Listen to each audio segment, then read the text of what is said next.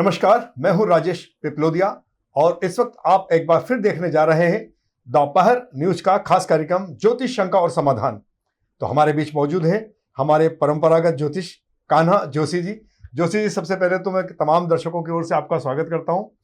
इस बार कान्हा जोशी जी आपको 7 अप्रैल से लेकर 13 अप्रैल के बीच में कौन कौन से तीज और त्यौहार पड़ने जा रहे हैं, उनके विषय में जानकारी देने जा रहे हैं। क्या है उस तीज और त्यौहार का महत्व, किस तरह से आप अपने दैनिक जीवन में इन धार्मिक पर्वों का लाभ उठा सकते हैं। तो जोशी जी, आप बताएं कि इस बार जो तीज त्यौहार आ रहे हैं, क्या उनका विशेष महत्व है। जय श्री कृष्ण।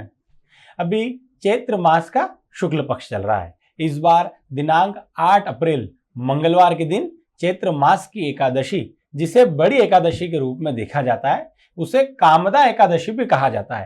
कामदा एकादशी का व्रत खासकर श्री हरि भक्तों के लिए, वैष्णव भक्तों के लिए कई शुभ संयोगों में इस बार पड़ रहा है। खासकर जैसा मैं हर बार कहता हूं कि सभी व्रतों में आप सूर्यास्त के बाद प्रदोष काल में भोजन कर सकते हैं, लेकिन एकादशी में एक बात का आपको विशेष ध्यान रखना है कि उस दिन अन्न बिल्कुल नहीं खाया जाता है, क्योंकि अन्न में पाप का वास माना जाता है। तो जो लोग एकादशी का पूर्ण फल चाहते हैं, उन्हें खासकर मंगलवार के दिन फलाहारी पदार्थों से अपना व्रत खोलना है। जो लोग उपवास नहीं कर पा रहे हैं, उन्हें कम से कम चावल तो वर्जित करना चाहिए कि एकादशी के दिन चावल बिल्कुल नहीं खाना चाहिए। खासकर एकादशी के दिन श्री हरि के दर्शन, गोवर्धन नाथ जी के दर्शन, गौ सेवा आप करेंगे तो अनन्य कृपा आपको श्री हरि की मिलेगी। एक विशेष उपाय, खासकर जिन राशियों के ऊपर शनिदेव की 7.5 और ढैया चल रही है, ये रोचक उपाय कि शनिदेव की 7.5 और ढैया करने वाले राशि के लोग अगर एकादशी के दिन खासकर गुप्त रूप से गोवर्धन नाथ मंदिर में जाकर के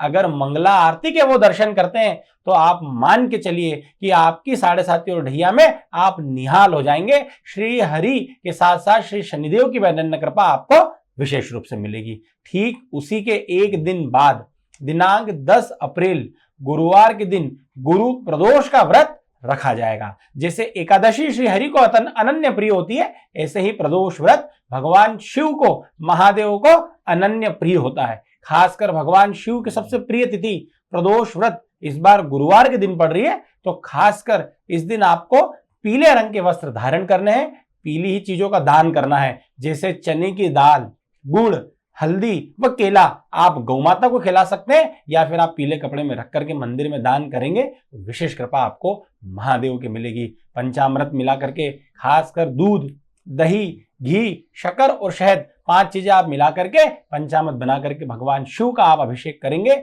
शिव को स्नान कराएंगे, तो आपके ऊपर विशेष कृपा भगवान शिव की होगी और गुरु प्रदोष व्रत का फल आपको पूर्ण रूप से मिलेगा।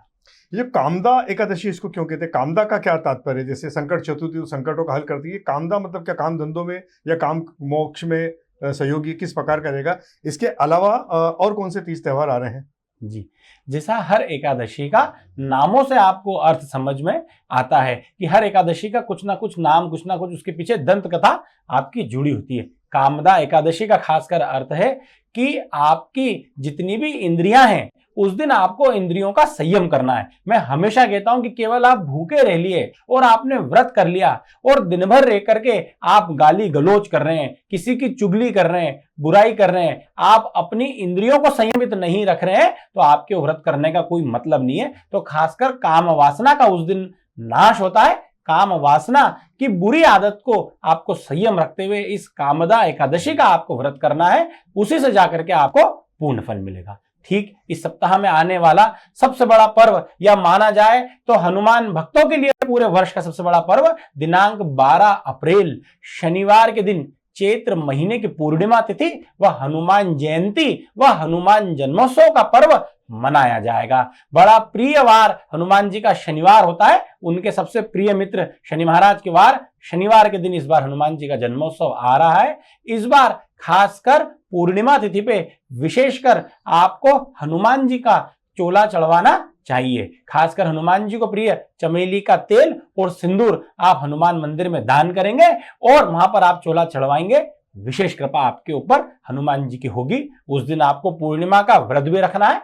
घर के आसपास स्थित कोई भी तीर्थ स्थल में जा करके आप स्नान कीजिए। और खासकर हनुमान जी का जन्म प्रातः 6 बजे हुआ है, तो आप उस दिन जल्दी उठ करके स्नान करके हनुमान मंदिर में जा करके आप प्रातः 6 बजे भगवान की जन्मोत्सव आरती में आपको शामिल होना है। आप दिन भर हनुमान जी के दर्शन कर सकते हैं, लेकिन एक जन्मोत्सव आरती में आप जाकर के आप जब हनुमान जी के दर्शन करेंगे, उनकी आरती का लाभ लेंगे, आप मान के चलिए कि पूरे साल भर आपके शत्रुओं की कुबुद्धि को हनुमान जी सर्वनाश कर देंगे, आपके शत्रुओं का नाश हो जाएगा।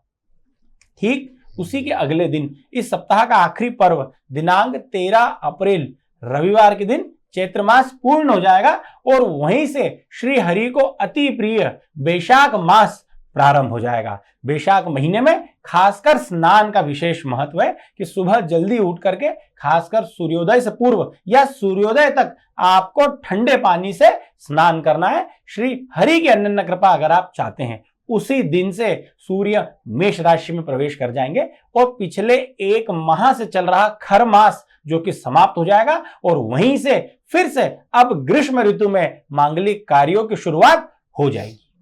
हाँ, जहाँ तक नहाने की बात है, सुबह जल्दी उठ के, तो वैसे भी गर्मी का मौसम चल रहा है, दर्शकों नहा ही लेंगे और जितनी जल्दी नहाएंगे उतनी जल्दी उन्हें रिलीफ मिलेगा। तो दर्शकों, ये तो थे हमारे पूरे साप्ताहिक प्रोग्राम और अगले सप्ताह हम पंडित जी के साथ फिर आपसे मुखातिब होंगे। तब तक के लिए नमस्कार।